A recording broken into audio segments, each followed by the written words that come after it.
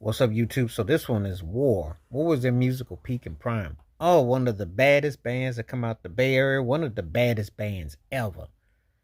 Eric Burden and the style in the War. There's only so many bands that I can think of that could pull off the sounds that they did and make it work and still come off funky, but yet have a catchy crossover groove because they were like Mandrell with their different fusion in the sounds, but like Earth, Wind, and Fire, they hit with it. But unlike them, they just had this real intriguing crossover appeal without trying that just was like they had catchiness in the middle of their songs. It's almost like you would do songs and in the way you would do them, but yet they had so much appeal. It's uncanny.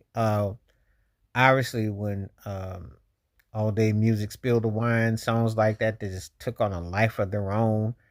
Obviously, Cisco Kid, they had some edgy with the grit of the vocals, but they just caught on. They just hit on. They like just attached.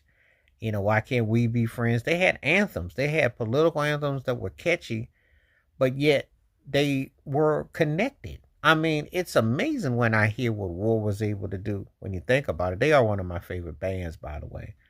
I think part of my 10 greatest bands for me. They're one of my favorite funk bands and all that, and I just like how they were very effective. Lowrider sounded just like the song. When you can go hear these songs 40, 50 years later in commercials and they still work, that should tell you how effective the songs were.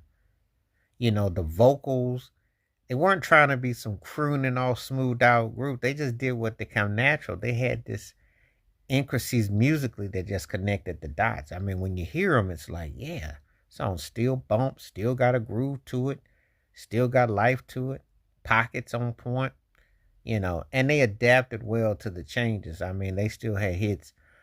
The last big one they had was Galaxy, and that Star Wars vibe and the way that song starts off in that bass, dun, dun, that groove, that's one of the best grooves that Stevie Wonder didn't put out of After Do I Do. I mean, War had a stank, put the stank on it. One of those bands that you couldn't even really describe it because it was kind of like, it sounded like garage band funk, but it worked.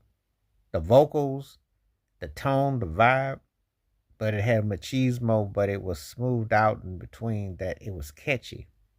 So when you think about their musicality, the instrumentations, you'd be hard pressed. You can make a case that